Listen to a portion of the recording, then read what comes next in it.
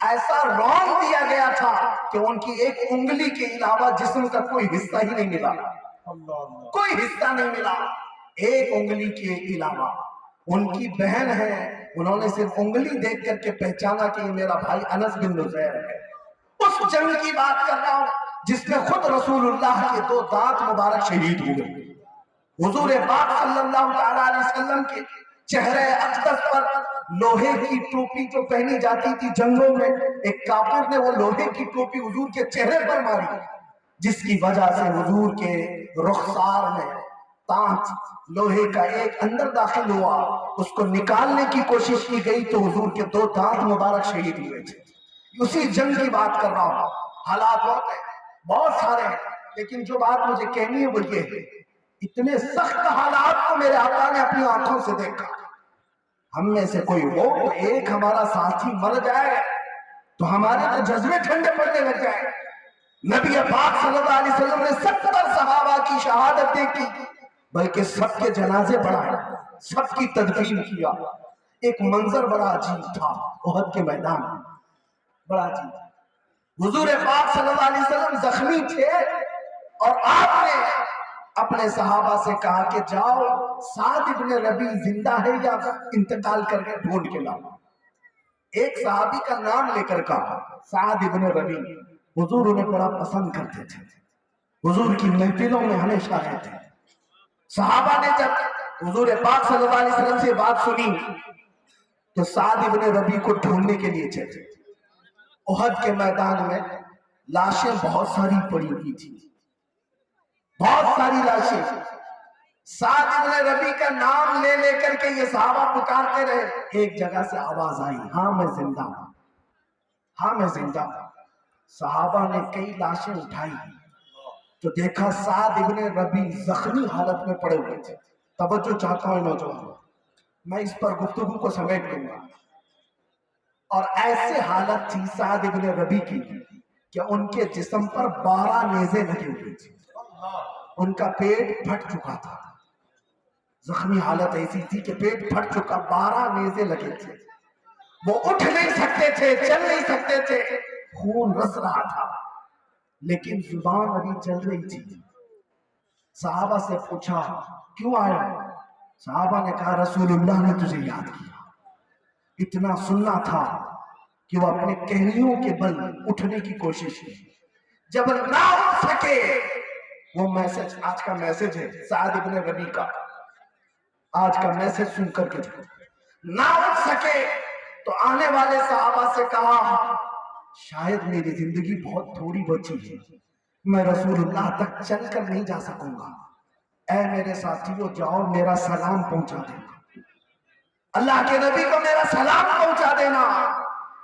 ایک تو نبی پاک کو سلام پہنچایا اور دوسرا میسج کیا دیا سنو، 12 نیزے لگے ہیں۔ علماء ذویل احترام اور تمام حضرات، ایک آخری بات میری توجہ کرو، آخری بات توجہ کرو۔ جس کے جسم پر 12 نیزے لگے، پیٹ پھٹ چکا، وہ صحابی سعد ابن ربیع میسج میں دیتے ہیں اے میرے ساتھیوں میرے آقا کو سلام کہنا، اور پھر دوسرا میسج یہ ہے میری قوم والوں سے کہنا، مدینے والوں سے کہنا کہ اگر تم سب زندہ رہے اور تمہاری زندگی میں اگر کوئی رسول تک ہاتھ بڑھا دیا تو قیامت کے دن میں اسے نہیں چھوڑوں۔ اللہ بلکہ یہ کہا کوئی تمہارا عذر قبول نہیں کیا جائے گا۔ اگر حضور پاک کی طرف تمہارا کسی کا ہاتھ بڑھ گیا اور تم زندہ رہے، تم جوان تھے، طاقتور تھے، تو پھر قیامت کے دن تمہارا عذر نہیں قبول کیا جائے گا۔ تم یہ نہیں کہہ سکو گے میں بوڑھا تھا، میں بچہ تھا، میں کمزور تھا۔ وہ صحابی رسول کا پیغام ہے میرے عزیزوں، وہی پیغام ہمیں جوش دلاتا ہے کہ کل بروز قیامت کہیں رب ذوالجلال کی بارگاہ میں کھڑے ہونے کے وقت ہم سے یہ پوچھ لیا جائے تو ہی وہ جوان ہے تیرے سامنے تیرے نبی کو گندی گالیاں دی جاتی تھی، تو جواب ہمارا کیا ہوگا؟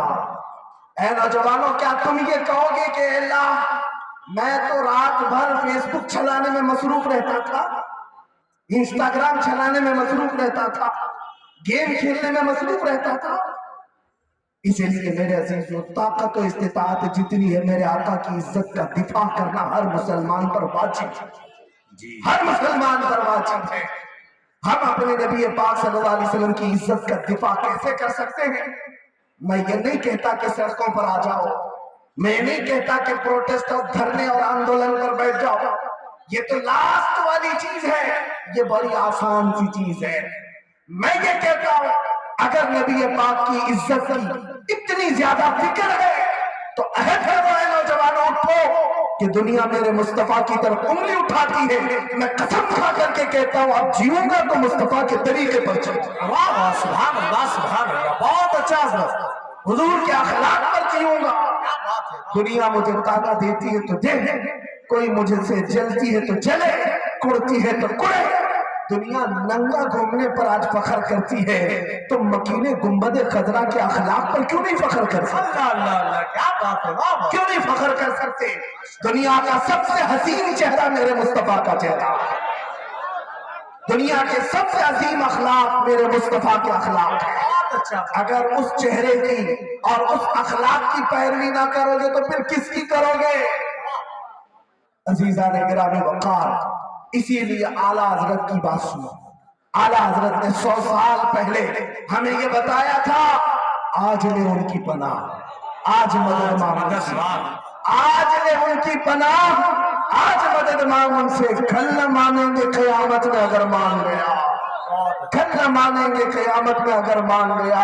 اس لیے کہ قیامت میں بہت سارے لوگ ماننے کو تیار ہوں گے، کیونکہ پتہ ہے وہاں عزت ہوگی تو رسول اللہ کی ہوگی، عرش حق ہے مسند رفعت رسول اللہ کی، دیکھنی ہے حشر میں عزت رسول اللہ کی۔ ماشاءاللہ، حضور کی عزت کو دیکھ کر ہر کوئی کہے گا، لیکن کمال یہ ہے اے نوجوان آج آ جا ان کے دامن میں، آج آ جا ان کے قدموں میں۔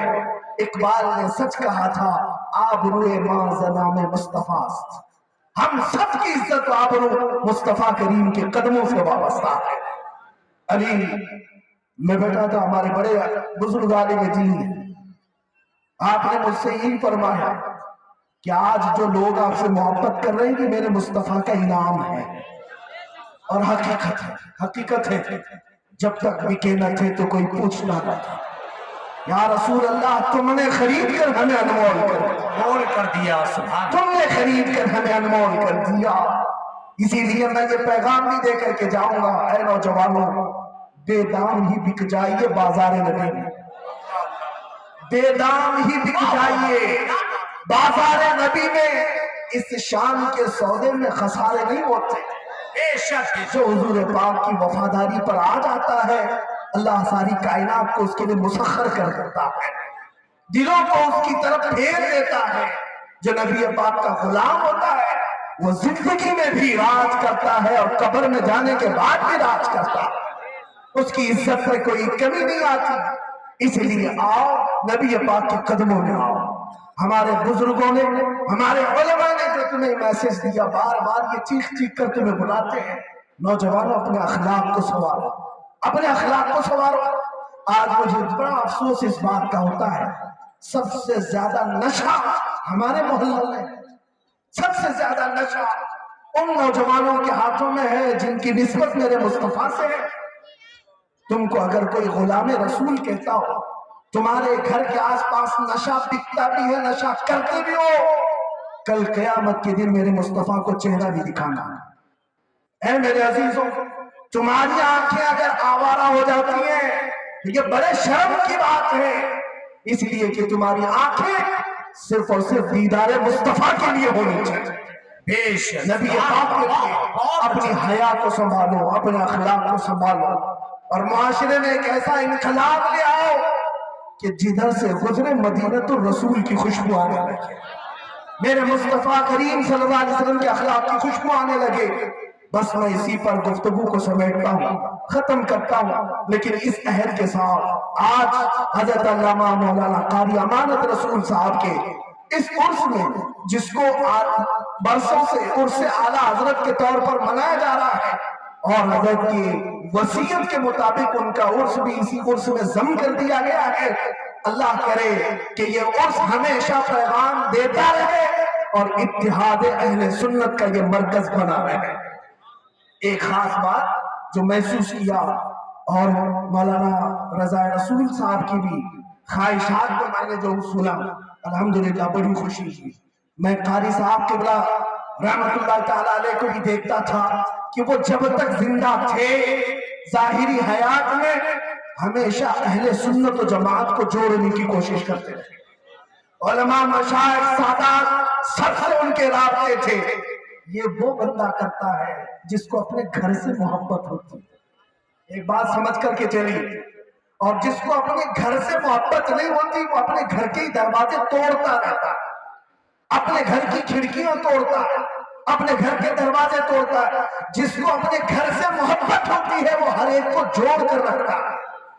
اسی لیے حضرت علامہ قاری امانت رسول صاحب کو دین اسلام سے مسلک اعلیٰ حضرت سے ہٹ درجے پیار تھا۔ اسی لیے جو اعلیٰ حضرت کا نام لیتا تھا اس کو اپنے ساتھ جوڑ کر رکھتے تھے۔ اللہ کریم اس اتحاد کو ہمیشہ قائم رکھے، سدا سلامت رکھے۔ مولا کریم ہم سب کو حضور پاک کے قدموں کی، ان کی عزت کی حفاظت کرتے کرتے آخری سانس لینے کی توفیق عطا فرمائے۔ آج کے ان حالات پر یہ میری گفتگو کا اختتام ہے۔ آج کے ان حالات پر جو لوگ ہم سے سوال کرتے ہیں، حالات بگڑے ہوئے ہیں، بڑے تماشے ہو رہے ہیں، روز بروز ہمارے خلاف نہ جانے کیا کیا معاملات ہو رہے ہیں، ہماری مسجدیں کیا ہوں گی، ہماری خانقاہیں کیا ہوں گی، ہمارا قرآن کیسے بچے گا، ہمارا اسلام کیسے بچے گا، علماء کا کیا ہوگا، مدرسوں کا کیا ہوگا، سارے سوالات ایک جگہ، سب کا حل ایک ہے، سب کا حل ایک ہے۔ جس کو اقبال نے کہا تھا کہ محمد سے وفا تم نے، کہ محمد سے وفا تم نے تو ہم تیرے ہیں، یہ جہاں چیز ہے کیا لاہو قلم تیرے ہیں۔ کچھ اور کرنے کی ضرورت نہیں ہے نوجوانوں، بس اتنا کرو قوت عشق سے ہر پست کو بالا کر دو، دہر میں نام محمد سے اجالا کر دو۔ وآخر دعوانا الحمدللہ رب العالمین۔